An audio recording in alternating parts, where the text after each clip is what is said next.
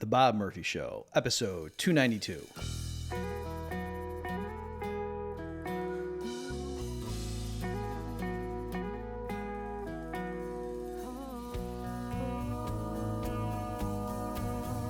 There's a tidal wave coming. What you gonna do? Get ready for another episode of The Bob Murphy Show, the podcast promoting free markets, free minds, and grateful souls. It's your source for commentary and interviews, conducted by a Christian and economist. Now here's your host, Bob Murphy.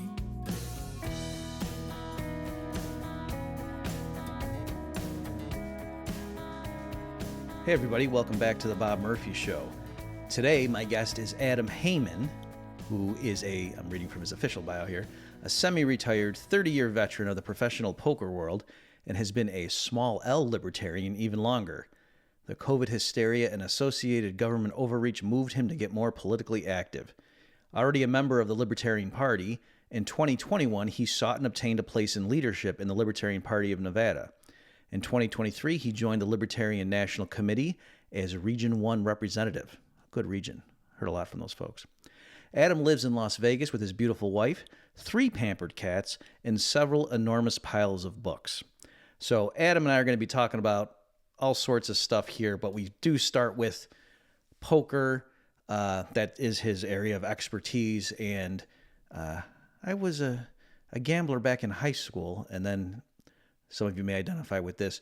We couldn't wait till we grew up and had real jobs so we could go to the casino and bet real money. And then when we grew up and got real jobs, we realized, whoa, I don't want to lose $200 moving some cards around. That's crazy. So we talk about that, and then we get into some deeper, more philosophical and even metaphysical concerns. So Adam's one of my favorite people. Got to know him well. He and his wife were on the Contra cruise, and Tom and I got to know them well there. Fun guy, smart. He's a big guy too. Here's my conversation with Adam Haman. Adam, welcome back to the Bob Murphy Show. Good to talk to you again, Bob. Well, a lot has transpired since we last spoke. I want to return first to an area. I would have mentioned this in the bio, but just for people at home, explain your credentials when it comes to poker, because I'm going to ask you about the game of poker, and then They need to know, why are we asking this guy? I've been playing for a long time. I started to pick it up seriously in late 80s, 89 or 90. I mean, we all played when we were kids, around the card table or whatever. But in a serious way in casinos, I started playing in about 89. Now, I'm curious, what specifically is it? What game do you actually play? Because there's different variations of poker. Sure. I started playing 7-card stud, but I very quickly made it a point of pride that I would learn to play every game that's ever been invented. So I could go anywhere in the country and just scout around and see the best game in the room and be able to sit down without any fear and play that game. So when I picked up the game, the big bet games, pot limit hold'em and no limit hold'em, were almost dead. So I was playing limit stud, limit hold'em, limit Omaha, high-low stuff. And then when poker caught on again because of the ESPN/Chris Moneymaker phenomenon, and poker just exploded. It was no limit that exploded. So I got really into those games now too. So I think I can play anything. I enjoy playing mixed games the most, which are a rotation. You change which game you're playing every 8 or 10 hands or every orbit or whatever, which means you get to play really funky games as they get invented, like all the Dramaha variations and just anything. Sometimes we'll just let people make up games on the spot. Well, let me ask you this. If you're a parent trying to teach your kids, they're playing Go Fish, and then they start playing other stuff, Crazy Eights and whatever, and then you're going to teach them poker, is 5-card draw, is that the name of it? Is that still like the standard, just to understand like that the rules are and which hand beats what? Well, first of all, shame on you, parent, because poker's a gateway drug to all sorts of horrible gambling vices. But yeah, that's fine. The original poker game that you would have heard of or seen in Westerns is 5-card draw. And yeah, you'll get a chart and show what hands beat what hands, and you play a few hands for funsies, and you'll get a basic sense of the odds, things that you shouldn't draw to, or you shouldn't at least draw to at the wrong price, and fundamental strategies and how to play the game. Yeah, that's a great one to start. But contra opinion is that every poker game they'll ever see on TV or in the movies is going to be Texas Hold'em. So maybe you want to start with that instead. I don't know. A little bit of question of style. Oh yeah, I mean it's sort of like with the Star Wars movies. You know, to me, you absolutely have to show someone the middle three first, and then the first three, and then some might argue, and that's where you stop. But you know, and others though I've seen make the case. Well, no, I mean technically, what if you showed somebody, you know, in terms of chronological, or you know what I mean, in the universe chronological order. And yeah, since I learned, in other words, the only way I understand Texas Hold'em is because I originally grew up with 5-card draw, and then now I'm learning Texas Hold'em as an addendum. But you're saying you could just as well do it the other way around.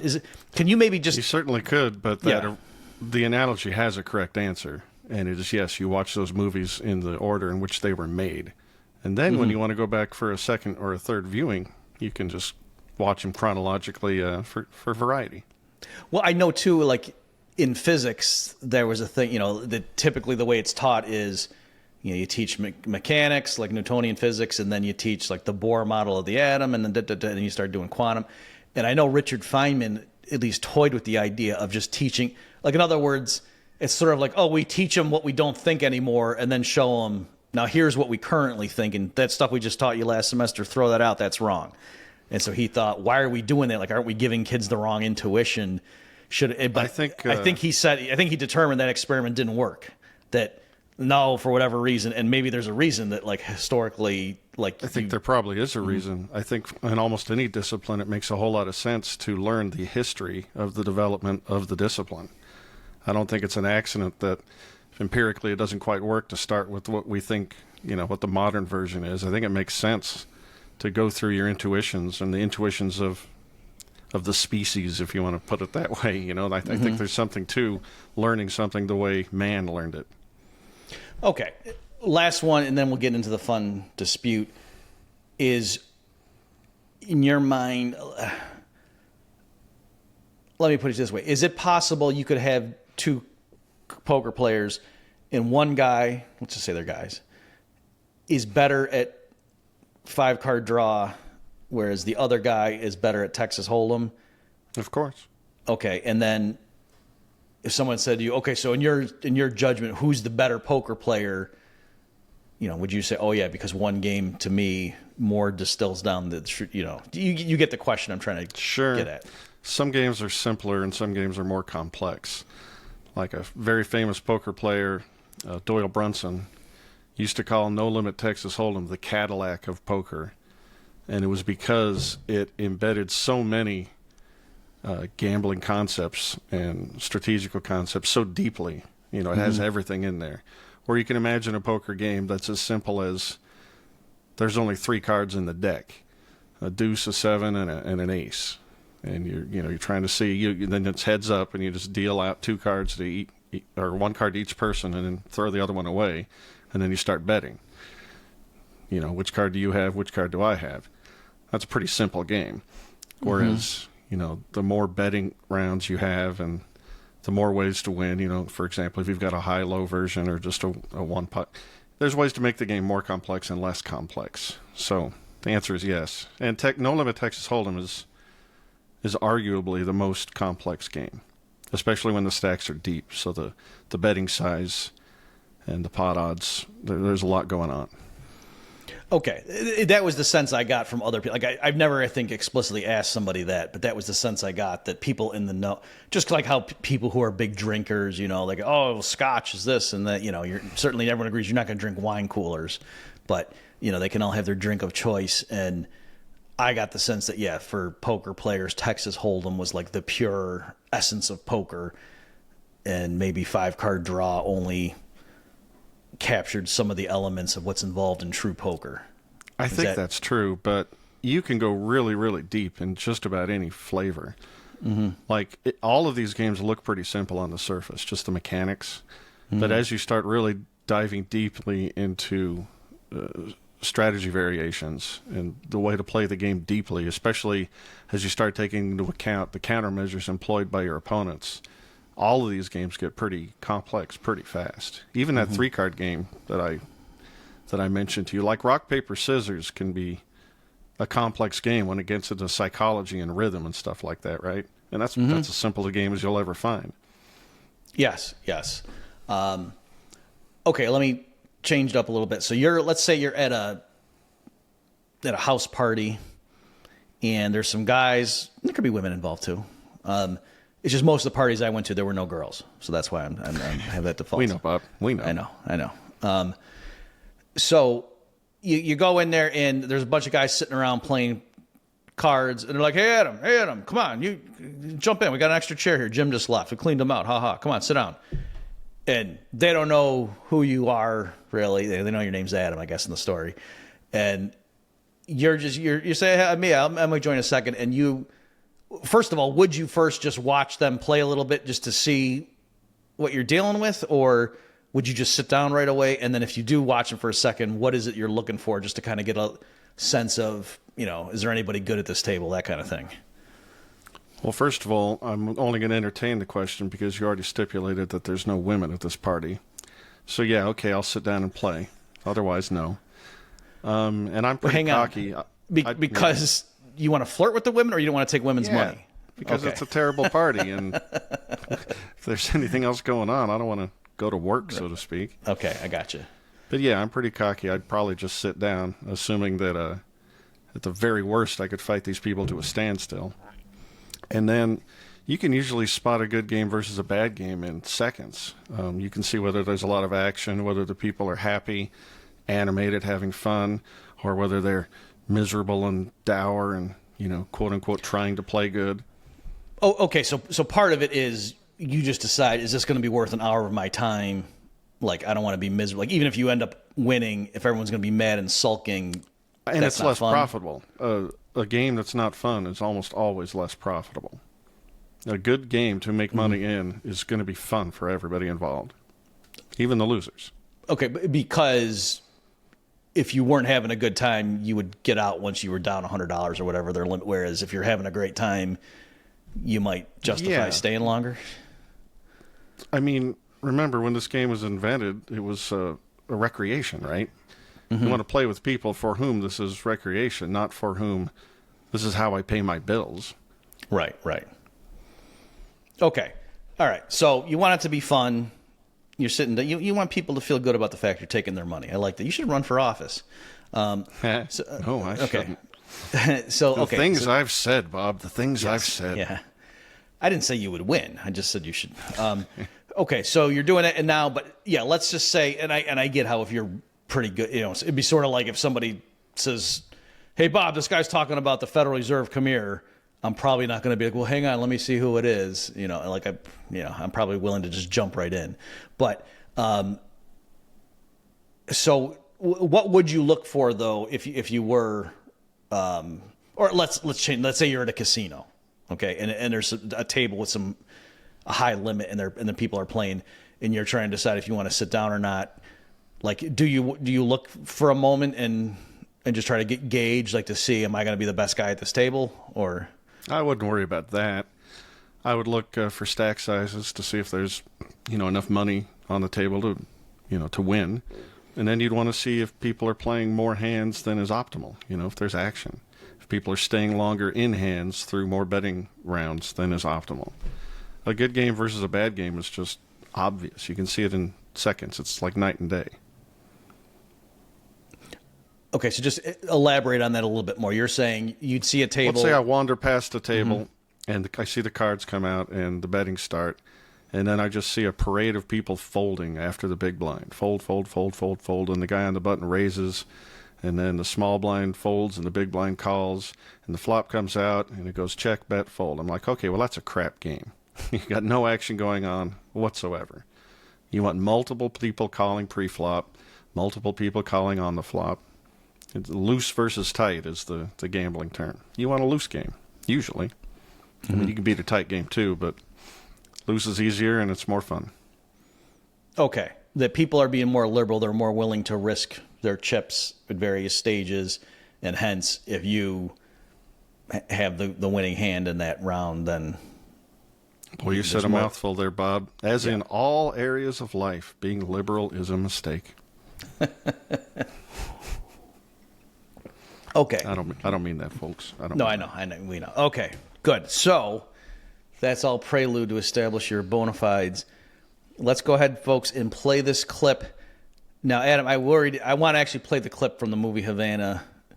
I had worried they're going to demonetize my YouTube version of this, but then I thought not many people are tuning in to listen to the Adam Haman episode, so the opportunity cost is probably not. So I will. Good news, bad news. Yes. Okay, so let me just jot a timestamp down here. Okay, so folks, this is from the movie Havana. This is from the... oh, you know what? I don't know that I actually have it on I have the transcript. I couldn't find it. Never mind, folks. We won't do that. Go look up the YouTube video, though. Robert Redford is a very handsome man. You won't be disappointed. All right, let me read the excerpt. I got to find my email to you, Adam, when I sent it your way.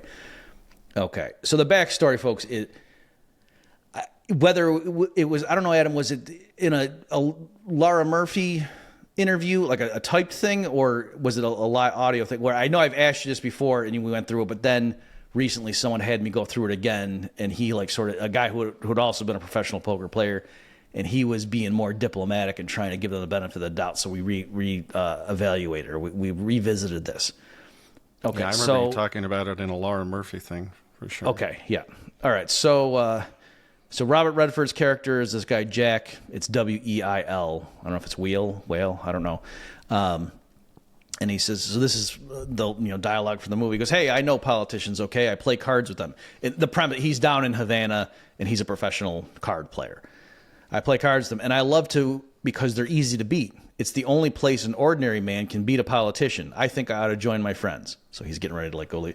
And this guy, Bobby Duran, says, it was good of you to take the time. And then somebody else, Arturo Duran, says, why are they so easy to beat? Referring to the politicians. And Jack Wheel says, because sometimes in poker, it's smarter to lose with a winning hand so you can win later with a losing hand. And politicians can never quite believe that because they want the power now. So again, the money line that Adam and I are probably going to spend far too long analyzing is because sometimes in poker, it's smarter to lose with a winning hand so you can win later with a losing hand. Right? So it's a real quick thing, and they just go, and it sounds very profound. And yet, when I saw that or heard it, it didn't sit right with me. And I was thinking about it. And then I was talking about it with my brother, who's also, my brother's better at cards than I am. And we were analyzing it. And it didn't quite, even though it sounded like it was profound, I don't think it makes sense. And so what's your reaction, Adam? Yeah, it's nonsense. Now, there's obviously a sense in which he's saying something that's kind of true. Like, there's all sorts of reasons why politicians would be really bad at poker, because they have the character defects you'll commonly find in politicians. They're egomaniacs. They're probably power mad a little bit, which will give them high time preference. And so he's probably saying things that are true, but then that example he gives just doesn't make any sense at all. There's no particular reason to lose with a winning hand just for the sake of losing with a winning hand, and I can't imagine how it would set you up to win one later, except in very contrived situations. Like, I was going to say, you watched Rounders before, right? Mm-hmm.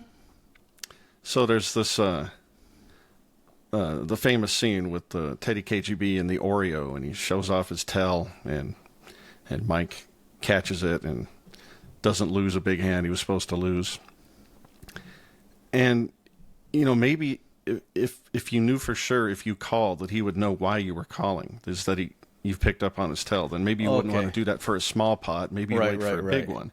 But he's not talking about that. And in fact, in the movie, I found it and watched it last night. It was really difficult to find, but I did. What, Havana? There's only one scene. Yeah. Mm-hmm. It's super hard to find. I probably broke some federal laws. There's only one scene, because they show a lot of poker hands in the movie, and they're all pretty interesting.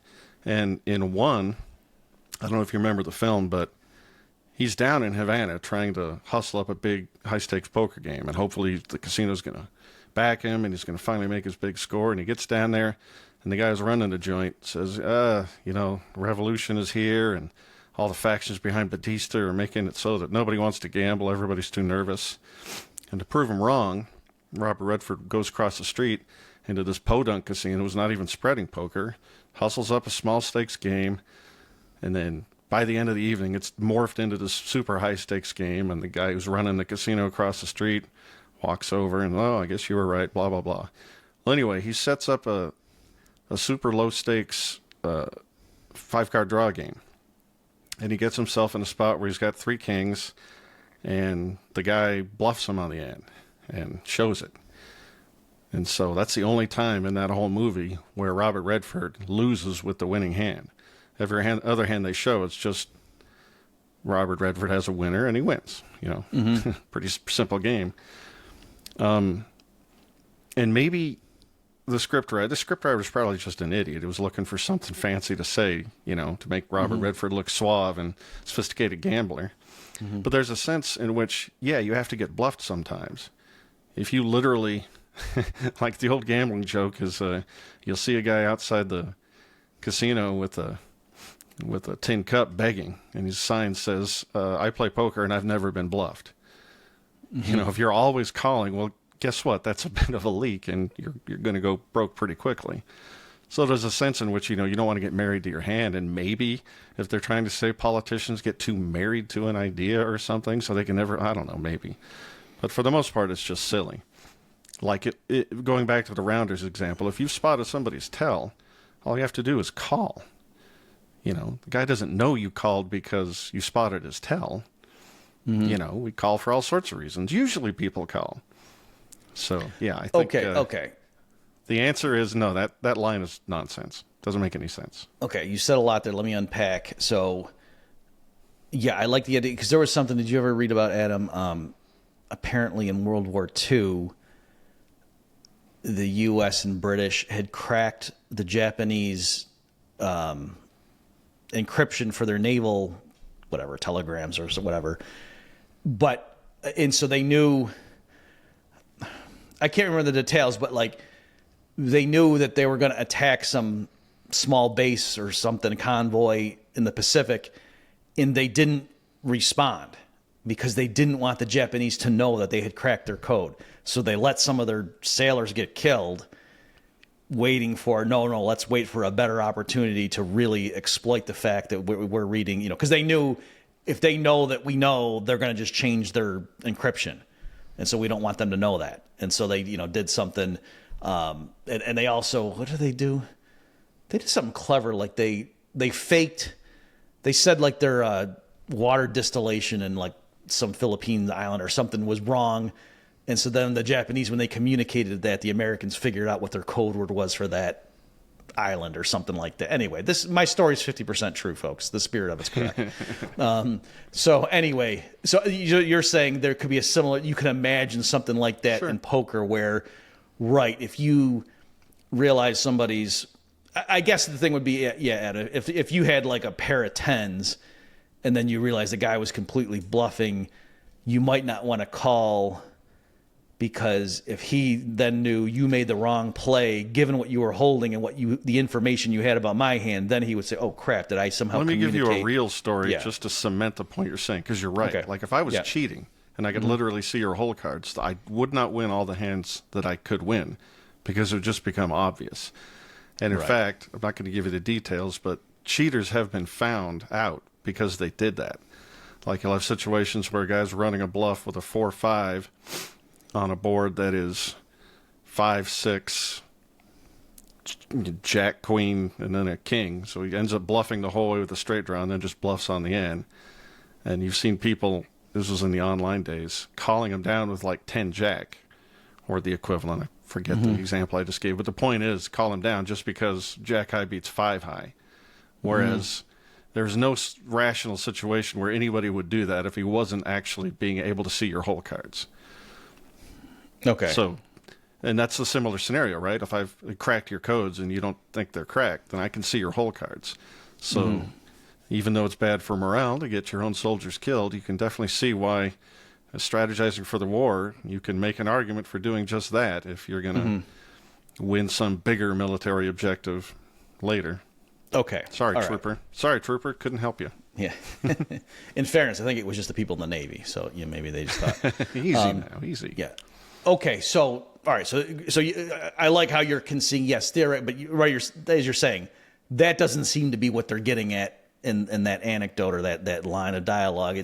And I like how you're saying the overall principle is correct. Like like Mark Spitznagel in his book talks about roundabout investing, and the motto he got from his mentor was you got to love to lose. That's like Spitznagel's whole strategy is you have little loss, like because he would buy out of the money options. So you have little losses day after day, and then when the market crashes, you make 10,000% or something. And so the general principle of be willing to suffer losses for a while and then have a big score, sure, but you're just saying the way they're motivating it is to say sometimes lose with a winning hand, as if that somehow gives you an edge down the road. Right. So let's walk through, because this is what my brother and I said. I want to get your take. I think what the script writer, who presumably isn't a poker player, had in mind was, if you actually could win, and somebody, the other guy's raising, and you know that you actually have a better hand, but you fold and let him win, so you lost with a winning hand. Now, down the road, when you go to bluff, you're more likely to win because of what you did before. I think that's what they had in mind, but my brother and I were thinking through that and said, no, because when you actually have the better hand and he raises, and whether you call or raise him back, and then you would show want him to call. I had the winning hand, he's not going to conclude, this guy bluffs a lot. You're not bluffing. I have the winning hand. So down the road, if you do want to bluff, the fact that you won with a legitimately winning hand doesn't mean, so try this. Two ways we can. Yeah. Well, couldn't it be? Steelman it.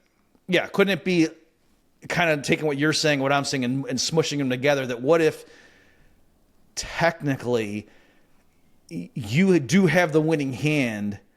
You don't know that you do. Put it this way. You think the other guy could be, he could be bluffing. And so you're going to fold because you're playing the odds. And so couldn't it be that, statistically, I know sometimes I am folding with a winning hand, but that gives me credibility that the guy knows I'm conservative. So down the road, if I am really bluffing with nothing, the fact that I'm playing it safe earlier might... No, there's a disconnect there. Okay, go ahead. The first part you said that's true, is that you can't be calling all the time. If you call so you're going to be folding the winning hand sometimes. And that's just a matter of you playing the correct percentages, like the street beggar with the sign. Right. If you call all the time, you lose. But if you're going to want to bluff in the future and have it be credible, how many times you call doesn't matter. The factor is how aggressive are you? How many times do you bet? You want him to think you're super tight. So, for example, if I fold 20 hands in a row, 100 hands in a row at any game, and then all of a sudden I look down at my cards and I push my whole stack in, well, I'm going to be believed. Everybody's going to fold because, obviously I've established the credibility by just sitting there and folding and never betting that I must have aces. What else could I have? So it's not calling that gives you credibility for future bluffs. It's not being that aggressive. It's not betting that much. You follow? Your liberal calling isn't going to make you not believed when you bet. Your bets are different than your calls. Hang on, though. They're perceived differently. Hang on. And folks, the point of this is not to see whether the Havana quote is right or not. The point is for me to really understand poker. Like, we're just using that as a springboard. So I just want to understand what you're saying. You just said somebody who folds 100 times in a row and then bets it all, most people are going to think, I'm not touching that. Go ahead and let him take the pot because probably this guy is not bluffing, right? Sure. So to me, that to me seems to vindicate the Robert Redford quote, except I would just say, in the long run, it wouldn't be worth it to do that. Like, you're throwing away too much money by folding 100 times in a row. You are, for sure. Yeah. Okay. You are. But we've kind of pushed. At first, we were claiming, no, this quote is utter craziness. There's no advantage whatsoever from you losing with a winning hand to build up credibility to later be able to win with a losing hand. And now it just sounds like we're saying, well, the only kind of scenario where that would really make sense, it would be a bad idea. Well, it doesn't even follow the quote anyway, because I just generated a small pot that I won. He's talking about winning a big pot with a losing hand. That's why the politicians are so dumb, right? They don't understand that sometimes you got to lose a small pot with the winning hand so that you can later win a big pot with the losing hand. This is hard for me to construct a scenario where that makes any sense. Yeah, I think you and I are saying the same thing. That, yes, you could imagine if you put in enough effort on the front end and throw away enough hands, then you're probably going to win later down the road. But the more sure you are that your bluff is going to work by building up a longer string of hands you just threw out, then the less advantageous it is for you to do that. And so, yeah, it's just that the script writer's just disconnecting stuff. Like, if a guy bets and you call and you have the winning hand, it doesn't really say anything about how he's going to react to you bluffing later, you know? Right. Yeah. I think that was the point my brother and I had come to, that if you're, like you're saying, there's a difference between raising back. But, yeah, if you just call and you throw it and you win because you had a better hand, that doesn't make people say, oh, this guy's more likely to bluff now. Exactly. Like, no, he wasn't bluffing. So, right, exactly. Okay. All right. Okay, I think we've probably plumbed the depths of that one line of dialogue. But again, I do not question the woman falling for Robert Redford in that movie, because I'm not saying I want to kiss him, but if he invited me to the prom, I would go with him. That's what I'm saying. He's looked very dapper. He's very handsome. I found the movie unbelievable because I couldn't believe he was willing to throw his life away for this chick. It's been a while since I've seen it. Seemed kind of nuts. What is she? Was she an American also in Havana, or was she She was an American. Cuban. She'd married, not a Cuban, she's an American who ended up married to some Cuban aristocrat who was in support of the guerrilla Marxists. And so therefore, her husband gets captured by the Batista's goon squad, and she ends up getting captured and tortured. And in the movie, are the Marxists the good guys? Uh-huh. Or it's Hollywood, Bob. Yes, they are. Yeah. All right. Yeah. Can't they have a movie where the people that ally with the old guy, like they did that in The Godfather too, right? That was it Roth? Is that the guy that Michael goes head to head with? And he's like, finally a government. What does he say? A friendly government or something like that, and they want to work with them, and then these damn rebels come in and ruin everything. It's so simple because it's not like the Batista regime was good, but can't these script writers come up with a scenario in which all actors are bad except your stars? Yeah. All right.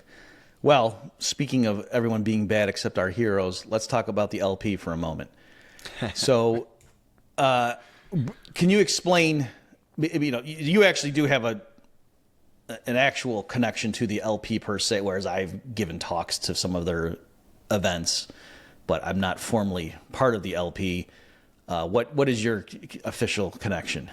Yeah, you say that, Bob, except everybody knows your name and nobody knows mine. Well, that's good though. You're lower on the list as far as the government when they figure out who's going to the FEMA camps.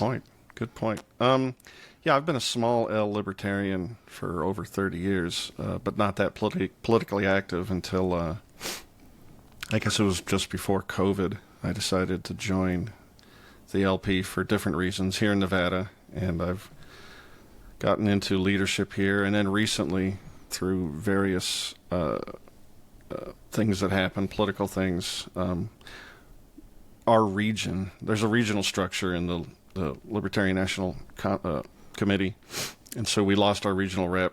He resigned, and I was selected by the chairs of the various state affiliates, so now I'm on the LNC as the Region 1 representative. A small cog in a large wheel, so to speak. Okay, but you're all playing your important parts. And so, all right. So let's talk a little bit. And, obviously, if we brush up against something where you have to be diplomatic, I understand politics is a strange beast. I announced recently on Twitter, I said, just to not confuse people, anyone who's running for president for the LP, I troll the heck out of just to get them ready for the media hazing in case they start getting, because people get, Bob, what do you got against Josh? And I said, I don't have anything against him, but he's running for president and I'm going to troll him. I mean, that's how I am. Robert Murphy, the altruist. That's what we call you. Do you ask a bird not to fly? I mean, really? Okay, so what had happened, Dave Smith was spearheading the so-called takeover, and a lot of people thought he was going to announce that he was running, and a lot of people who went and did that were thinking, yes, let's go prepare the ground so that when Dave runs, he's a great spokesperson. And then he recently said, for various reasons, yeah, I'm not running for president. And so that left a vacuum. And so now we've got different people, and I see there's brewing battles between Joshua Smith and Michael Rechtenwald. And I know there may be other people jumping around. So go ahead. Just what's your overall commentary on how things are playing out at this moment? Well, first of all, there are a lot of other candidates besides those two. Mike Termott and Chase Oliver and Lars, sorry, I forget that guy's last name, were the three biggest I was aware of.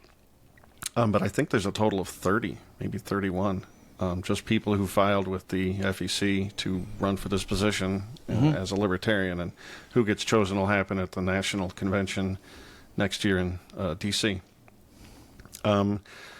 But I was on Team Dave just because I think he's a magnificent explainer of our principles.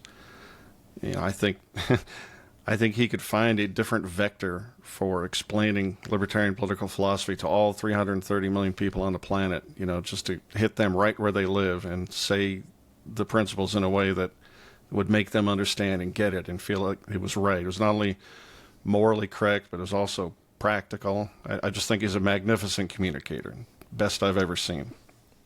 Right, I agree that I would, like, in terms of if somehow the Libertarian Party candidate was on a debate platform with the other party, I would much rather Dave do that than me. Heck yeah. And there's lots of reasons. One, obviously he's an amazing communicator.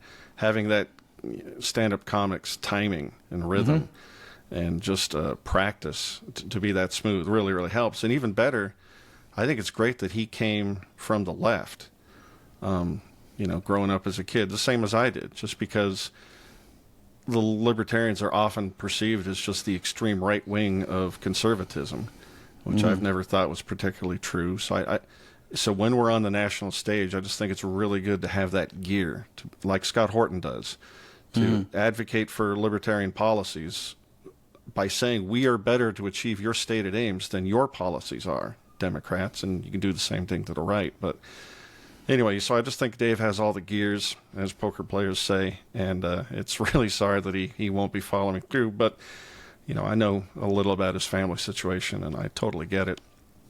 But yeah, we do still have some amazing other candidates. Oh, and I thought that Spike Cohen would have thrown his hat in the ring, and he still might. He's an excellent communicator also. And these other guys are all quite good too. Mike Termott came to Nevada's state convention this year and gave a great speech. He's a good communicator. I don't know that much about the rest, but I do think we have some decently interesting candidates. But my own personal preference right now, and that because I'm familiar with Michael Rechtenwald, and I was excited when I heard that he was going to go for it too. I think he carries a lot of intellectual heft and cachet, and he too comes from the left in a very serious way. Super educated, written 1 million articles and books and given speeches. I don't know how his candidacy is going to gear up, but I'm cautiously optimistic. I know Dave's supporting him, so that goes a long way. Yeah, and with this stuff, too, like the disclaimer, folks, like I personally know Michael, and as you acknowledged, Adam, the reason I mentioned him and Josh is just I see them more like Michael just said some things about, well, name recognition, and then now Josh was, starting his guerrilla warfare campaign against him on Twitter. So that's the only reason like those two jumped out at me, is because I guess I follow people who are retweeting, some of the stuff. But yeah, as far as Michael, I think you're right that what's interesting, the part, if he ends up being the candidate or the nominee, I think what his past as he used to literally call himself a communist. And he was at NYU and then just started challenging some of the woke stuff still as a commie. Like just saying, I don't think the students should be able to disinvite somebody who's coming to campus because the person's saying something they don't agree with. Now, it does occur to me to say, well, right, because real communists would just kill the guy. But but still, he started, like, it wasn't that he had his conversion and believed in free markets and then, as an offshoot, challenge the woke stuff. It was the woke stuff first that is an adult communist or Marxist that he started challenging it. And then apparently when they excommunicated him for cultural reasons, that's when he started doing more reading and switched over. So I do think that's an interesting story and some people on the right who don't trust libertarians normally might be more interested in that, like to see that, oh yeah, this guy actually had a serious, high paying academic position. He wasn't just some guy pumping gas somewhere who thinks the Federal Reserve is evil. And it just goes to show that you never know how the conversion, like all libertarians for the most part, or 99% of them, were converted from something else, Mm-hmm. Since most of the world is not libertarian, for people who become them, they have a conversion story. And yeah, the left eating his own is a good conversion story, just to have that cold water splashed in your face because you rejected the identity politics and the wokeism could make somebody as smart as Michael Rectenwald really review his whole situation. And you're much more likely to have a book-reading confirmed Marxist switch to libertarianism than you are just some random housewife Hillary voter. Because a Marxist is interested in ideas and takes them seriously. And if they are persuaded that something in their worldview is self-contradictory or contradicts reality or human nature or something, they might just rethink everything. Whereas just your random reflexive Democrat or Republican voter, they're not persuaded by ideas, but because they don't really take them that seriously. It's not about that. It's just a team thing, or it's a soft religion in a way. Yeah, it's funny. I said something very similar to what you just said back when I was in grad school.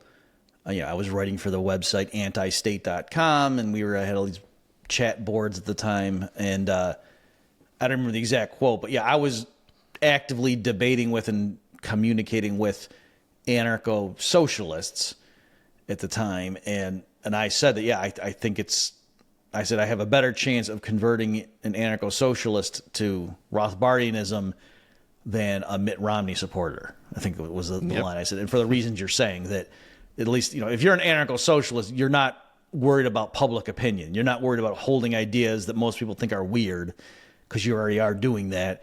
And something's seriously wrong about the current system, and that you're probably driven by a sense of injustice and people are getting screwed over.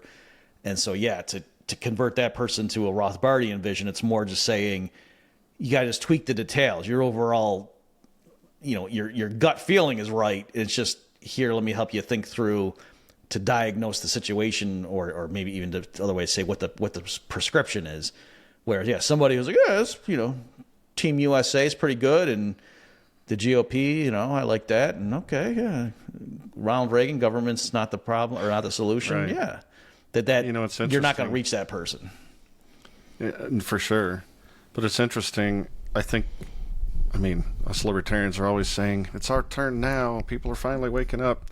But I really do think at this time, the response to COVID woke a bunch of people up. The current left, the modern left, looks nothing like the Democratic Party if you were around in the 80s or 90s or early 2000s even. It's just shocking. It's, largely the woke stuff and the extreme communist stuff. And we're getting a conversion on the right, too. Like, my next-door neighbor, a good friend of mine, I had my Ron Paul sign out in 2012, and he had his Mitt Romney sign out, and them's was fighting words. Mm-hmm. And he agrees with me on almost everything now, because the last several years has really red-pilled a lot of reflexive right-wingers on the nature of the state. They can't just reflexively think that the cops are good. If we didn't have them, we'd have chaos. They can't reflexively think, everything the FBI and the CIA is doing is just how we keep our strong country anymore. The truth has just become obvious. And you're starting to see people's calve away from the statist iceberg in a libertarian direction. As much as I dislike the MAGA movement, a lot of those people are former GOP dieharders who are no longer so in love with the regime, and they don't know what the right answer is necessarily, but they finally recognize the problem, and that's a huge first step. Yep. Yeah, exactly. I agree 100%. And I've never said to a guest, I agree 60%. I don't know why that is. So say something that's somewhat intelligent but kind of stupid, and then I'll say that. So it's yeah. So right, because I remember I talked to people who were big Ron Paul fans, and they had been radicalized by his the 2008 campaign. And I talked to people, and they were telling me stories about, oh yeah, I went to the convention. I think this was like in the Northwest. I don't know if it was Washington State, but it was something like that. And the people were telling me stories how basically they kind of thought the system worked. And then they said, no, we went to the convention and they just changed the rule and they just blah, blah, blah. I don't remember the specific, but it was like, this was like an adult talking to me just saying they just stole it from him. Like they changed the rule and just made it so that we couldn't cast our vote for him. Or I don't remember but they were scandalized. They couldn't believe what had just happened. And then that sort of opened their eyes like, oh, wait a minute. If the GOP at my local level or whatever regional, I don't know what the terminology would be, just did that to kind of suppress what I know was our grassroots support for Ron Paul and there, that's happening around the country. They weren't necessarily saying he should have gotten the nomination, but they could see the dirty tricks that were played and they were like, oh. Right. And then I noticed too, like there's some outreach, and you mentioned Dave Smith, like he's good at this to appeal to people who right now call themselves progressive Democrats to say, look what they did to Bernie Sanders, for example. Yep. And RFK Jr. right now. Yeah, right. And to show that, no, there really is this coalition, this group that's in power, and it's not a right-left thing. It's something else going on here, and that's a distraction. And yeah, I'm not for a Green New Deal, and I know you're not for getting rid of the IRS, but that's not really the important thing right now is that there's this group that pretends that we have a democracy, and not even that I care about democracy, but you get the point that this is all a big farce. And so let's first agree on that. Yeah, I agree completely. I think we've been fed a false narrative of left versus right, and I think you've got to slide that axis around 90 degrees because it literally is them versus us. It's statists versus the rest of us. The parasitism is from the political class. It's from the regime, and it's against all of us, and it shows up in 100 different ways. Most notably the warfare and what they do to our money. And if we don't wake up pretty quick, we're going to have a big problem. I mean, I'm with you. I would have lost that bet you lost a decade ago, too. I can't believe the currency hasn't collapsed already. It just boggles my mind. I guess the only saving grace of the Fed is that every other central bank currency is a nightmare, too. Yeah. So I was just talking with someone earlier today. So folks, I don't want to derail what Adam and I are talking about right now with that, but yeah, I will put a link. I have given a sort of postscript because once there was significant CPI inflation after the 2020 stuff, a lot of people like on our team, Adam, were running around like, oh, gee, Krugman's an idiot. What'd you think was going to happen? And I was saying, yeah, but qualitatively, the same stuff happened in 2008-9, and you didn't see CPI officially do what it did. So I'll put a link, folks, to my Mises University talk where I try to explain what actually was the difference between those two. How come it seemed like our Econ 101 worked this time around, but it didn't seem to work last time, to explain it. Okay, now I know you had reached out to me, Adam, after some of my recent episodes, and you want to talk about deep thoughts, things that were sort of stuff you do when you're in college and people are doing bong rips and you're sitting around talking. So Do you want to start the ball rolling? Yeah. First of all, I'm going to change my name to Jack Handy and have these deep thoughts. Folks at home, the best one ever of that was this thing on Saturday Night Live where it was Deep Thoughts by Jack Handy. And then we just see a guy talking. And my favorite one of you saw, Adam, he goes, I've always been afraid of clowns. I guess it goes back to the time when I was a little kid and I went to the circus and a clown killed my dad. Yeah, it's deep thoughts. Yeah, like I was saying when I reached out, I don't even know how to begin the conversation, but I have this massive problem with certainty in our species. Mm-hmm. It's an epistemological thing. I think people are just way too certain about the things they believe, and they'll find themselves in situations where they feel like they're supposed to have some sort of firm opinion about something where there's no way there could be have an opinion. And you'll see it in the debate about the existence of God or not, or the existence of ghosts or aliens, whether there's a simulation that we live in, the Matrix. You've talked about this a lot, but the errors made epistemologically in the economics profession, where they create these models based on obviously flawed assumptions and then pretend or forget that they created a model, and then shout down the real world for not conforming to their fictitious model. The climate change thing is a part of this. And I don't even know where to start, but I just think it's nuts that we insist on certainty when there's just no reason. Like, take the Russell Brand thing that just happened. Mm-hmm. You have people that are just absolutely certain that he is as pure as the driven snow, and people that are absolutely certain that he raped a whole bunch of people. Mm-hmm. And I just don't understand why we feel like we have to act like we know what the truth is when you couldn't possibly know. Yeah. I think you're right. So, and a couple of those, the climate change stuff for sure. When was that? I think it was back in like 2007 that I started working for Institute for Energy Research, and they, assigned me to the economics of climate change beat, I guess you'd call it.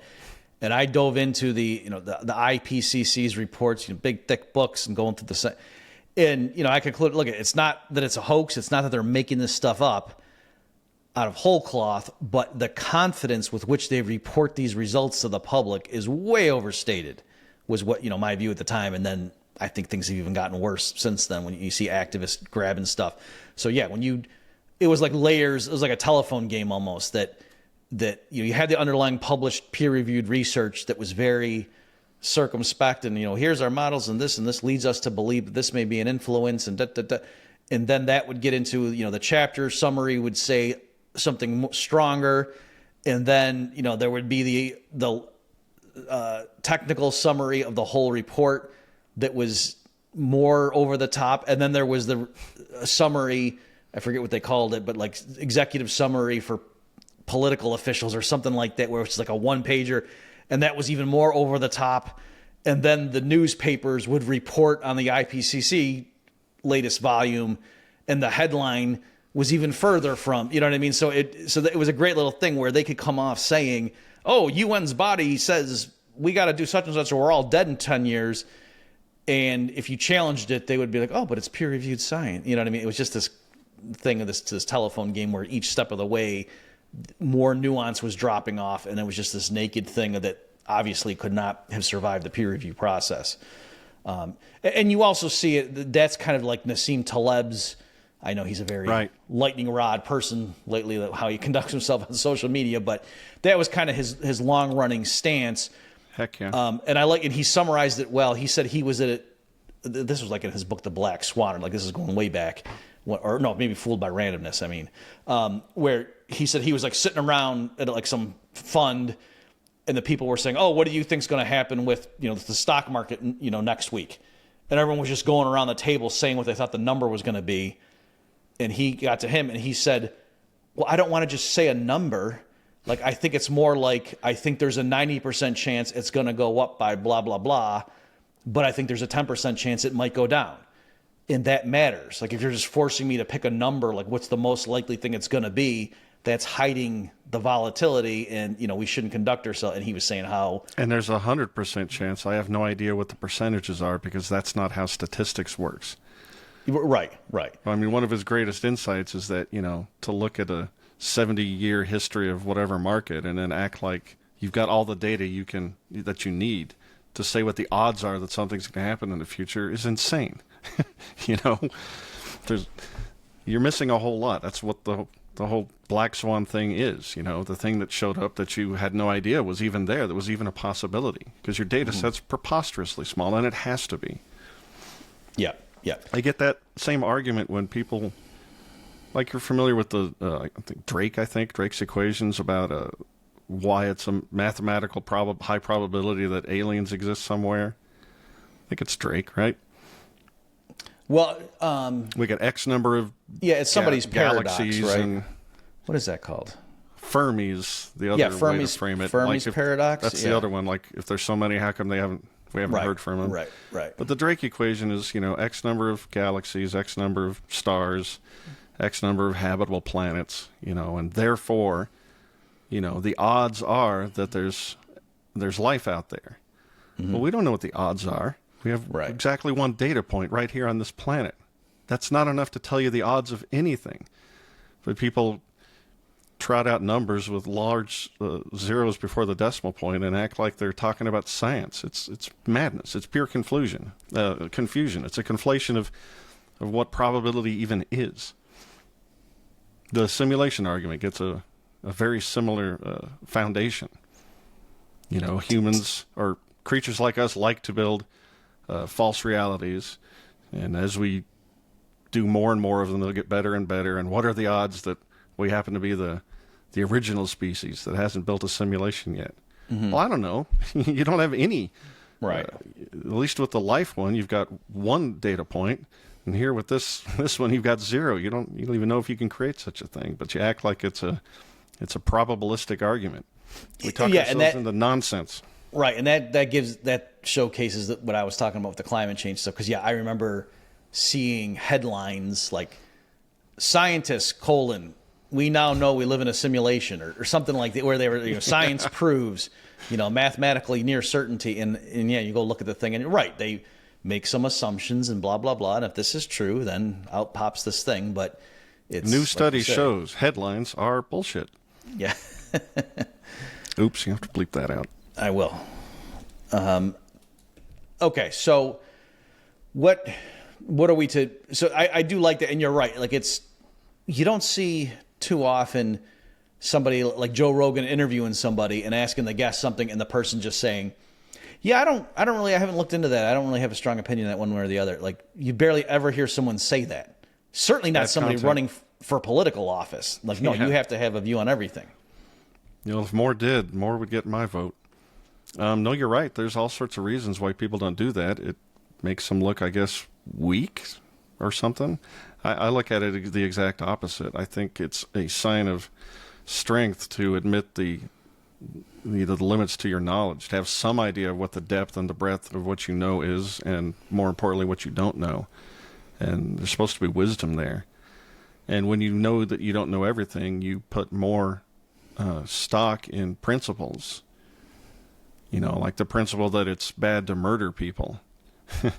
Maybe you don't know for sure whether you should kill somebody in every single. Anyway, don't bother yourself with all that. Just stick to the principle. It's bad. It's bad to kill people, so don't do that. It's bad to steal. And sometimes it turns out you're in Les Mis and you do have to steal, but for the most part, no. Stick to your principles. Don't steal. Right, and it's I know I've started using it. So my thing, I noticed when I was at NYU as a grad student that in the seminars, there'd be some outside academic would come in to present a paper. And this is how higher academia works, in case you don't know, folks. When someone's working on something, often they'll go to the different workshops or whatever they call them at nearby school, or they might even fly somewhere and go to a different place if the venue's appropriate. And they'll go and give their presentation of their paper, and then everyone sitting around the table will give feedback, and then that's part of the process when you're getting it ready to then, go publish the thing. And I noticed that there were different styles that people would have, and the economists who I independently had come to the conclusion, like, oh no, these guys on the faculty are really sharp. Like, they are all mainstream people, but Like, oh yeah, this guy's a very precise thinker, and I can go and argue about line 18 of this proof with the guy, and we'll go. Whereas this other guy, no, he's a blowhard. There's no point in even talking to him. He's just fuzzy, and he would tell me something that wouldn't even be true because he doesn't care enough about being real precise. And I noticed the way those people handled themselves in the seminars were different. That the ones that I thought were really sharp, when someone would come and present a paper, they would ask clarifying questions. They would say, "Yeah, on page 12 here, you say such and such. Now, were you assuming convexity, or could that be any function?" And the guy would say what it was. Whereas the other people would be like, "Oh yeah, you wrote this, but didn't so-and-so show in 97 that actually this is only true under these conditions?" And like trying to blow the person up. And I realized that, yeah, someone who goes through being humble and always asking for clarification and saying, "I don't know, you've done more work on this, you tell me," over time, they're going to know a lot more stuff than somebody who, as of the time they were 30, thinks, "No, I basically know everything, and if what you're saying disagrees with my framework, I'm just going to sit there and dismiss you as an idiot." You keep your mind open. It's funny. The series of questions you asked has given me a hypothesis. So let me run it by you. Okay. My major complaint is that the average Joe just feels like he's too certain, or I feel like he's too certain about things where he shouldn't be. But as you just said, with the climate change thing and the IPCC, there's this huge game of telephone from the people who are doing the actual work and then the people who broadcast that to the average Joe. And we live in a complicated world where you can't know everything, so you trust experts. And then, like with the Joe Rogan thing you were just saying, nobody who's in the position of an expert is incentivized to get in front of the microphone on Joe's big platform and get asked a question about climate change and go, "Beats me, Joe. Thanks for having me on. Pass me that bong." So maybe we have a problem that our leaders feel like they have to be certain. Our world is too complex. You have to trust the leader. So even though you're just some peasant who doesn't understand Latin, whatever that priest guy is doing up there mumbling around, you just take his word for it and go about your day. I don't know how you solve that problem, but maybe that's why. We believe our elites, and our elites are pretending to know stuff that just ain't so. Yeah, I think there's a couple things involved. I wanted to say before I forget, I remember I was younger and I was watching some documentary on, I don't know if it was just like 60s music or if it was about Elvis in particular, and I know he was 50s too, and it was showing him when they are asking him about the Vietnam War. And they said, "Oh, what do you think about blah, blah, blah?" And he just went, "Hey man, I'm just an entertainer." And I think a lot of people were mad that he was like, he was trying to like play it cool just to keep his sales up or whatever. But I actually thought that was, a good answer. Like he was saying, what the heck do I know about Cambodia? I'm just, yeah, man. I get up there. Yeah. So I thought that was like, it made sense strategically. Like just, don't say anything and you won't hurt your career. Whereas if you go one way or the other, you're going to alienate people. But also I thought that was a humble answer. Like, the only reason you're even talking to me is because I'm an entertainer, so why would you ask me? You could say, "Do we got a song you're working on that you're coming out with next month?" Okay, but to ask me about some geopolitical thing. I love that. I wish more of our entertainers would do that. And I think Ali did it even better, right? Those Vietnamese ain't never done nothing to me. Why in the world would I go crawl the way across the world and try and kill some of them? Which, of course, set up George Carlin's bit about how they took away his boxing title or something. And he was saying, like, he beats up people for a living. And they say, but I draw the line at killing people. And they said, if you won't kill those people, then we're not going to let you beat up people. Can't beat them up. Okay. Yep. Yeah, that was good. Okay, so going back to what you were saying about maybe partly what's going on. Right. I think there is this weird... There's a thing where... let me put it this way. What I don't like, though, is if somebody... they say, I don't have an opinion on something, or I trust this. Let's say it's the CDC or the Federal Reserve, whatever, and then someone will say, yeah, but hang on, do you know there's dissenting views? Like, here, go look at this person's got a PhD in this topic, and blah blah blah. And here's a 12-minute YouTube video explaining some of the problems with the so-called consensus.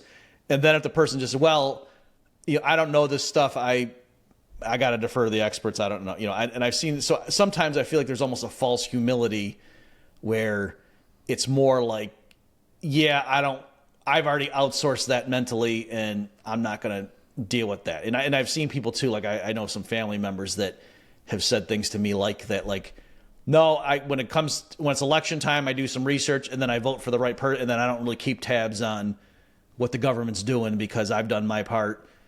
You know, when you know what I mean? Like if I'm trying to, this is back when I actually like thought, oh, the reason the world doesn't get better is because people just don't know. And let me just go explain stuff to people, and then realizing, no, there's something more going on.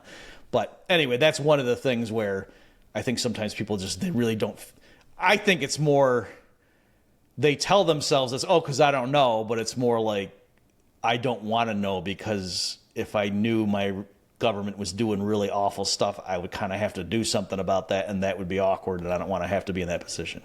Also, to give them a little credit, most of these sorts of things are going to be beyond their ability to understand them anyway, right? I mean, at some point it comes down to which source do I believe, you know? Because how can you actually fact check every single article that you read or argument that you read? I mean, there are persuasive videos made about the flat Earth theory, you know? I mean, I've watched a documentary that said there's obvious that Michael Jackson diddled all those kids. And then I watched another documentary that made it perfectly obvious that he didn't, and it was a frame job, you know? Just the fact that if people reflexively say, yeah, I'm not going to read those 7 articles and watch that 5-hour video, it's in their defense, there's probably a lot of cases where, yeah, you could read all that and watch all that and still not know. Okay, so now we're getting more nuanced. Right, I do agree with that, and in fact, I may lose some of my subscribers on this one. That was kind of my stance with the 9/11 inside job stuff, is that, of course, I was watching those, you know, because that's a good thing to know, if that's true. You know, I could maybe choose whether to publicize it, and I was going through and looking at some of those, and it got to the point where I saw 2 guys who ostensibly both had PhDs in engineering, and they were looking at the same footage of the rubble falling, or the buildings. And one guy said, that's free fall. And another guy said, no, it's not. And it was like, well, how am I supposed to? So, I mean, I knew enough of the physics and whatever to realize if one guy said, yeah, that's free fall, and another guy said, yeah, it is. But see, the reason that's happening, it's not because, then maybe I could do something with that. It's the type of pancaking you would expect when the mass is on top of the blah, blah. Yeah, I get it. But when one said it's free fall, and then the other one had a graphic superimposed to showing the graphic falling faster than the building's floors, and saying, see, it's not free fall.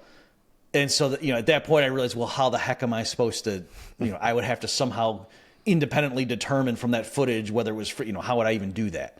Right. So that was the point at which since on the, I was thinking it through and saying, on the margin, since I philosophically object to the existence of the U.S. federal government, whether or not they planned 9/11 doesn't change much in terms of my views. Whereas if you're more of a conventional person, like, yeah, some mistakes were made, but, our U.S. government's pretty good. For that kind of a person, then, yeah, to learn 9/11 was an inside job, if it were, would make a huge difference. For sure. Have I told you my real conspiracy theory? I don't know. I don't really believe it, but when Loose Change came out, and whenever that was, 02 or 03, that big, huge video that went viral and proved that the government was behind the Twin Towers falling, behind 9/11, I watched that for a while and then went down that rabbit hole that you just described and decided I wasn't convinced or didn't know.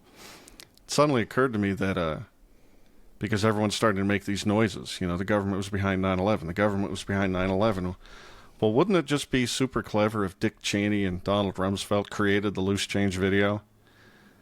Because now, anytime somebody now when Scott Horton says, well, Ron Paul was right, it's our foreign policy over the last multiple decades that created the conditions by which these people want to commit this crime, it gets conflated in people's heads, and they go, oh, you think the government's behind it, just like the 9/11 conspiracies. You think the government blew up the buildings, right?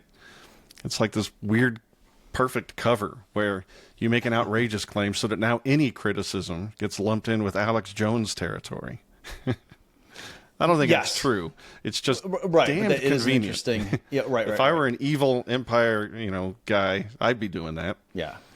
Muddy the waters of dissent. Yeah, or at the very least, Yes, exactly. So yeah, coming in because clearly, just to make sure the listener, I'm trying to make sure, Adam, I don't lose all my subscribers. Obviously, there's some weird stuff, very suspicious stuff, like the government sealing off, the Twin Towers site and just carting all that stuff away and getting rid of it. It's like, whoa, this is a large crime scene. This is all evidence. Like, you want to just leave that and let investigate? And no, they just got rid of that stuff real fast. As if they didn't want people figuring out what happened. So that, that's very suspicious. The whole Building 7 thing, right, that looks really weird to me. But I can't figure that one out. On the other hand, like I say, I technically, to be absolutely certain, would need to go take, not even like I'd have to go enroll in a program, but I would have to do a lot more studying of architecture and stuff.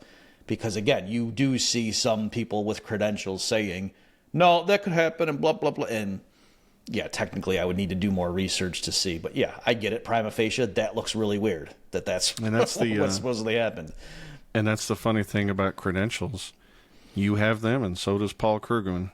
Yep. So what do you do when you evaluate a guy with credentials? Right. And what's funny is people on the left hearing you say that would be like, right, yeah, the one guy is a Nobel Prize winning revered economist. This other guy is this punk that hangs out on the internet. And Give me the punk all day long. Yeah. Okay, so we've got all the elements. There is tricky. I suppose, though. So you're right that I can understand why the average person would just say, "What's the point of me going and delving into this?" But on the other hand, I do want to say, I think on some of these topics, it kind of is. What do I want to say? If you know how to parse the information, you can kind of see whether it makes like. Just to change the thing, like I've been doing research on for my work with Infinio. Some people use whole life insurance, and other people like to use index universal life to try to do things in terms of cash flow management. And so what I'll do is I'll go and watch the videos on YouTube from the people who are proponents of the opposite of what we do in my team, to hear their best arguments for it. So at least I can kind of get. So I'm saying you can do things like that, and I can see when people on my side are being a little bit slippery if somebody catches them, and to kind of give a more nuanced view. So I'm saying, right, I understand that in some cases, like, yeah, ultimately you don't know what the answer is, but to get a framework, or to, like, the minimum wage debate is another example. Like, right. I think, if someone reads my article on it, they can go click through and see I'm trying to be fair, and I'm showing, hey, when somebody like Krugman says there's no evidence for blah, blah, blah, hang on a second, and I'll, parse that out to be a bit clearer about, right, there's some papers that show a 10% increase in the minimum wage might not have a statistically significant, but that's far from saying if they doubled it, which, from $7.25 to $15, then exactly. We have no reason to suppose, like, whoa, those are different things, that kind of stuff. Let me be clear. I was just trying to steel man people throwing up their hands and saying, "Oh, gee, I don't know." But even though I'm against how much certainty people have, I wasn't advocating that you do that. I do think the right thing to do when you have an issue is to look at it from every angle that you can possibly look at it from. Seriously, steel man the things that you disagree with. Go out and try and steel man that argument the very best way that you can, and then see if you still think, the other. Don't just throw up your hands. But in general, I think the problem is more on the other side, where people are insisting that they know stuff that they just can't know, and it causes them to dig in their heels and follow some tribe and be resistant to evidence. And I don't know how to fix that. I mean, we're always trying to convince people that we're right and 90% of the world is wrong. And it's just really hard to do, because they're certain that the government's not lying to them. And, well, we think that they are for the most part. Yeah, and I think you hit the nail on the head. That's the thing. There are people, the people that I get frustrated with, it's not if somebody disagrees with me, because, like I said, for one thing, maybe they're right and I'm wrong, so sure. Clearly. Sure. But yeah, when they do when it's like, if I'm having an argument with somebody on Twitter, let's say, and, recently, so Brad Palumbo tweeted about the Lauren, is it Boebert? I don't even know how you say her name. I think it's Boebert, but I'm not sure. Everyone knows what we're talking. The stuff, she was in the Beetlejuice show, and she and her date got frisky. Okay. And so Brad Palumbo tweeted out a thing about, like, the overwhelming hypocrisy of this, this Christian right and and drag queen story. And so I said, yeah, she shouldn't have done what she did. For what it's worth, she apologized and broke up with the guy. Okay. Whereas the people who are upset with, Christians about drag queen story hour there, it's not like it was in a dark theater that was caught on night vision and some guys were, trans guys were reading books to each other and there was a kid there and then they apologized for it and said never again. Like, these are just different things. And I had people, swearing at me and saying, oh, it's just because your hero got caught. Now you're changing your, like, as if I'm they just assumed this is some big Republican guy who loves Lauren Boebert and, probably would campaign for her, when it was like, no, these people have no clue who I am or what's motivating me. But yet, because I mildly pushed back on Brad saying this is the exact same thing as, people. Anyway, I'm just saying that stuff happens all the time where people are just so sure. Like during the George W. Bush years, if I complained about his plan to privatize Social Security, people accused me of being a Democrat and I must have loved Bill Clinton. And then, of course, during the Obama years, the accusation was that I loved George Bush. And don't you know he started a war illegally? I was like, yeah, right. I've written about that. I don't think you have. So anyway, you're exactly right. One of the worst things about this tribal false left-right dichotomy is that as soon as you say you hold one position on one subject, they just assume that they know every single other thing you think. Mm-hmm. And that's probably because for a lot of people that's true. Yeah, I was going to say that there is a lot, like, was it Tyler Cowen that did that? I think so. Like, there shouldn't be a correlation between, what do you think about raising the minimum wage? Will that impact teen employment? Right. And what do you think about humans increasing their emission of carbon dioxide? Do you think that'll increase global temperatures? In theory, how do you feel about sex work? Yeah. Those three things should have nothing to do with each other. And yet you're right. There would probably be a pretty strong correlation between people's views on all three of those areas. And then so that is showing something. Yeah, it's weird. All right, so how do we fix it, Adam? Just get people to watch this video, and if enough of them do, the whole thing will be solved, right? Yes, but... No, I don't know. I think what you do, the way you've conducted your life is, I don't want to get all Jordan Peterson-y here, but I think going out into the world and speaking the truth as you see it, in the best moral way possible that is the only cure to any of this. Just literally go be your best person, lead through example, speak the truth, and then if we're a worthwhile species, we'll figure it out. And if we're not, well, we'll all glow with nuclear fire and maybe the cockroaches will do better in a million years. Well, okay, so that's good. But, let me mention too some things. So as you say, for sure, if you identify some of these traits or whatever, try to make sure you're not participating in it. And then I would also, something I'm trying to get better at is when I see people on my team doing something that I know is not quite right, like I speak up more about it, as opposed to before I might have just like, oh yeah, I would never say that, but let's see if something happens to him for kind of stepping out on a limb there. That's kind of thing. Because clearly, like people on the left, like other economists that are Keynesian, they know Paul Krugman is a complete jerk and, routinely misrepresents people on the right's views on things. Right? But a lot of them they keep their mouths shut because they don't want, they don't want to get him mad or have his followers go after them. So I know there's things like that where people are like, a lot of people, I'm sure, to switch examples, over time, the more stuff that came out, were more and more uncomfortable with Andrew Tate. And yet a lot of them probably just kept it to themselves because they knew, no, if I online say something about that guy, I'm going to have a bunch of people coming like, what are you, a beta male? And blah, blah, blah, that kind of stuff. And just, they don't want to deal with it. So, there's issues like that where, I guess maybe if more people decided to state what they thought was obvious, if it looked like, gee, the crowd seems to be going, a certain way on this, let me say something, because maybe there's 1,000 people like me that just don't want to stick their head out, things like that. Now, you in your email, maybe the last thing here we'll touch on, though, is because you had mentioned in some areas you thought we can get around this, like in geometry and maybe some components of Austrian economics. So do you want to just elaborate on what you meant by that? Yeah, I was sort of riffing on the human desire to find some firm foundation upon which to construct an edifice of things we think we know, and then therefore we can be certain. You know, that Descartes, I think, therefore I am thing. And we do things like that when we create geometry, and Austrian economics works like that. Basic, undeniable axioms, principles upon which we can deduce a whole bunch of useful things. And I think natural rights theory also is playing that game in a very useful way. So it's not like we shouldn't try and be system builders in that way. I just think we lose the plot when we forget what the axioms are.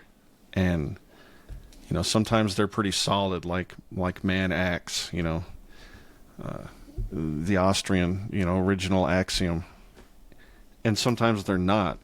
And, you know, whatever assumptions we make with Euclidean geometry, you know, we should never forget what the assumptions were, you know, and that it's just a mental construct. And if we try and apply it, you know, in reality, and something comes up screwy, we shouldn't assume reality is screwy. We should remember, you know, we have a mental model we're using here. And I don't know, I just think it's an important distinction. It's like we were saying, the mainstream economists make that error. You know, they forget that their economic model is based on a whole bunch of goofy assumptions. Yeah, to give us the climate change thing. Like, right. Yeah, obviously, when you introduce carbon dioxide into a system, there's going to be effects. But then you build 20 models and none of them work, and you you don't admit your own ignorance that something as simple as, yeah, maybe we don't really understand how clouds work fully, so we can't model them. Instead, you just say, well, you know, it's just a matter of time, and you got to believe me anyway, and I'm the expert. And yeah, and for people who don't know, just on that point specifically, because I've seen it where people will say, "What? This is basic chemistry, man. You know, so and so demonstrated way back in the day and did it." And it's like, yeah, the arguments in these models are not over whether other things equal having more carbon dioxide in the atmosphere means more heat is retained. It's whether, you know, the so-called feedback effects. Exactly. Right? It's like second and third order. And like you say, with like, oh, gee, if there's more moisture, there's more clouds. And so maybe it retains heat, but then the clouds reflect the incoming sunlight. So it's not, and yeah, at least as when 5 years ago, I don't know if they've made refinements since then, but they weren't even sure what the sign was on the clouds, meaning they didn't know if on net cloudy, more clouds meant hotter or lower temperatures relative to and the whatever the sign is now, that might change because it's an enormous system with multiple feedback loops, both positive and negative, and as temperatures change, those can flip around. Come on, guys, quit pretending. I know you don't want to waste your life on a nonsense pursuit, but don't pretend you know stuff you don't know. Yeah, exactly.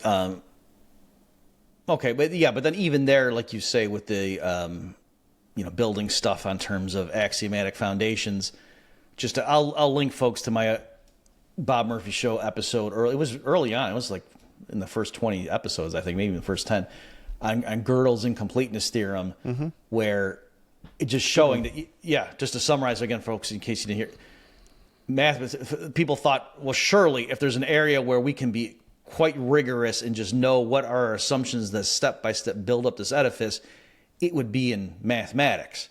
And so they said, let's just start with basic axioms that are pretty incontrovertible, and then just, rules of logic, and how do we start with simple, certain axioms and then build theorems upon that and start doing it that way. And, Gödel showed that for a sufficiently complex system that where you could contain mathematical propositions that were somewhat complicated, that that every such system that was free from internal contradictions, there would necessarily be true mathematical statements that you could write in the language of that framework that you could never prove from the axioms. So that so they would say it was consistent but incomplete. Yeah, I thought that was a great episode, and I also really liked the two bookend episodes. I guess the guy coming on, was it Steve Patterson? His name?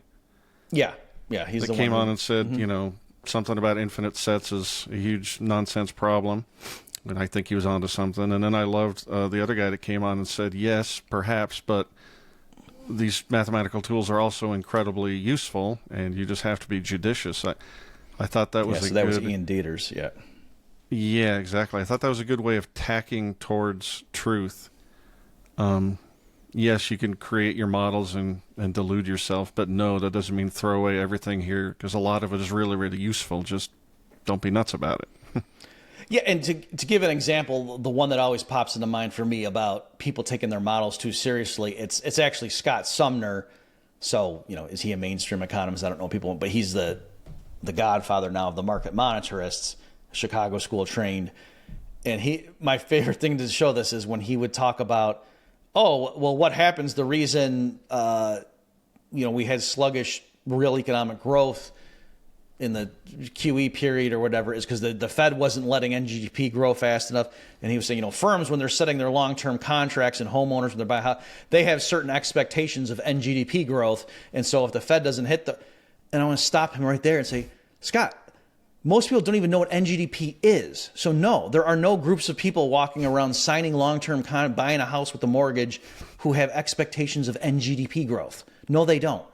And he was, what I mean is, and have some pride, but still, I was like, okay, but I think it's useful to occasionally stop you when you say demonstrably false things and say, just try saying true statements and see what happens, And so in his mind, it was just a shortcut to whatever. But again, it's since in my view he's coming up with outrageous conclusions.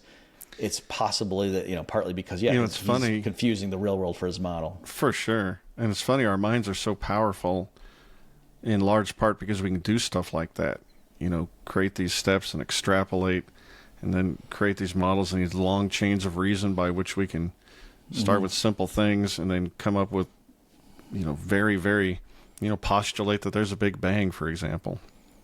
But people just so often forget along the way the assumptions that they made and the room for error that should be given and the difference between what you observed and what the truth is. Like we make that mistake all the time in physics, right? Because we're confused. We don't really know what's happening. We know sort of what our experiment kicked back at us, and then we hypothesize what that actually means out there in the universe.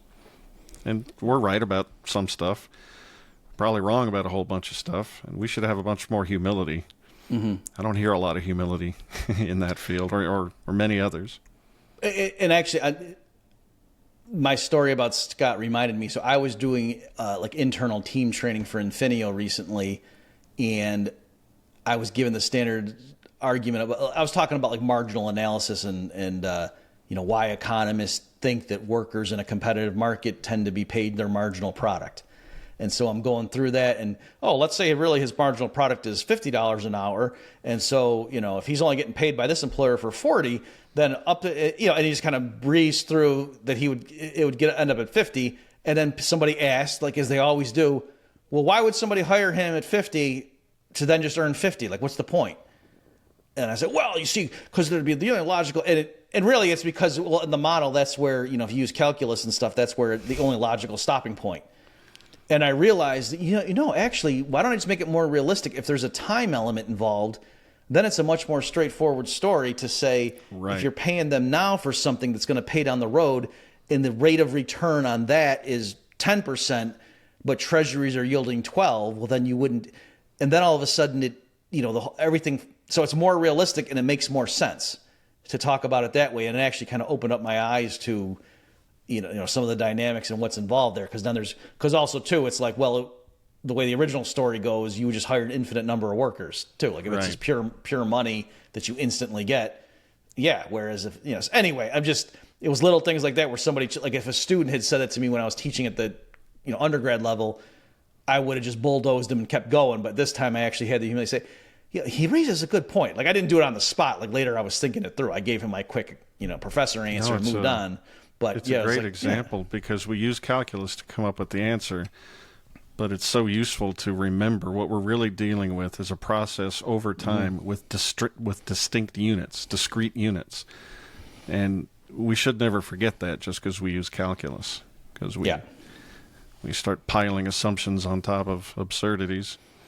So we've been talking for quite a while, Bob. The important thing, are you ready to pony up $10,000 and go play the World Series of Poker next year? Not yet. Someday in my life, maybe I would want to be good. See, the problem is, like, yeah, I like blackjack, and I think I know how to play that well. And then I love the idea of poker. I'm just not that good at it. I actually kind of did what you were saying when I was a professor at Hillsdale. One of the frats had like a big tournament going, and I sat down at the table, and I got the first hand, and I bluffed the first hand, and everybody just let me take it. But then, like, easy. A kid at the table that was good, like, then called me after, and then I lost, and then I got knocked out. It was the kind of thing too where my wife was waiting. I really couldn't have stayed around, so I kind of was just playing aggressively just to see, like, aha, and I got knocked out. So that's my excuse. But to answer your question, I feel horrible wasting all this time about epistemology, man. I thought I had you trained up in the first 20 minutes here. Well, I know that I shouldn't fold with a knowingly winning hand. I did write that. Also, you made a quick side note, but it's also a sick brag that you can, in fact, count to 21. Good job.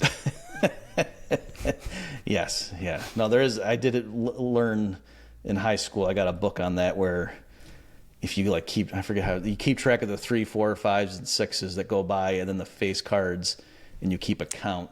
One says +1, the other's -1. Yeah. I used to count blackjack.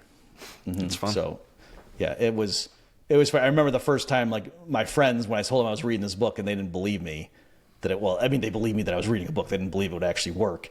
And I remember, we were playing the first time, and then, the deck was very advantageous, and so I upped my bet. And then they're like, huh. And then all of a sudden the dealer starts going, like, 3 10s in a row came out, and everyone's like, well, which statistically, there was no reason there should have been 3 10s. I kind of got lucky, but everybody was a true believer at that point that, oh, wow, Bob can count cards. Counting cards is real, but that doesn't mean that a la Rain Man, right, 4 queens are going to come flying out of the deck. Right. See, there's lots of them. Queen. That's definitely exaggeration. Yeah. Definitely a slight exaggeration. Okay, well, I think that's a good spot for us to wrap up here. My guest, folks, has been Adam Haman. And if people want to, I guess you got your podcast and anything else you want to point people to if they want to hear more of your pontifications? I would advise people to check out Natural Order Podcast. We're on a little bit of a hiatus, but more content is coming soon. I'd also encourage you to join your local Libertarian Party affiliate if you want freedom in your lifetime, because the Republicans and the Democrats are screwing you. And other than that, I am on Twitter at Rerazer, Rerazer, but I'm not very active on there. So check out the podcast, join your Libertarian Party, and go out and do good in the world. Okay. Thank you, Adam. Thank you, everyone, for tuning in. We'll see you next time.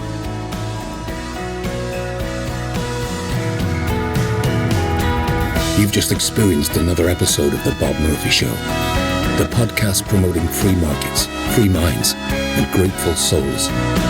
For more information and to subscribe to this podcast, visit bobmurphyshow.com.